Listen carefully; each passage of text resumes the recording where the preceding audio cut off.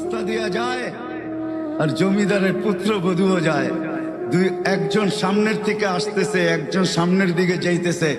দুইজনের ক্রসিং এর সময় ভিক্ষুকের গায়ের কাদা জমিদারের পুত্রবধূর গায়ে লেগে গেছে।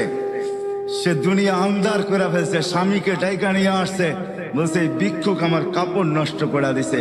সে শুধু ভিক্ষুক ছিল না, বৃদ্ধ ছিল। বৃদ্ধ ছিল না শুধু, জীর্ণ ছিল, শীর্ণ ছিল, শরীরে কাপড় ছিল না, ফাটা চিরা কাপড় ছিল, পায়ে জুতা ছিল না, পেটে ভাত ছিল না।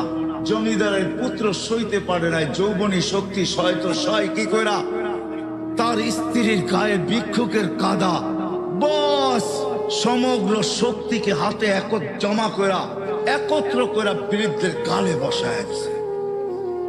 বৃদ্ধ কিচ্ছু বলে নাই, শুধু উপরের দিকে তাকায় দুই তিনটা শব্দ উচ্চারণ করছেন।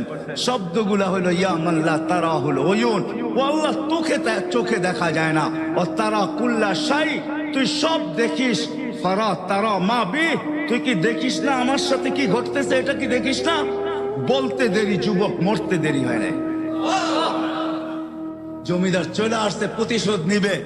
বৃদ্ধের একদিকে মুস্কি হাসি, একদিকে বলতেছে প্রেমের খেলা এমনই হয়। জিজ্ঞাসা করছে কিসের প্রেমের খেলা রে?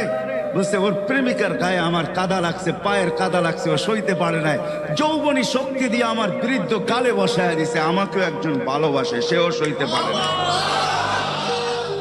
সেও সইতে পারে না। ও তো থাপ্পড় দিয়া খান, তো সে জান নিয়ে নিছে, জান।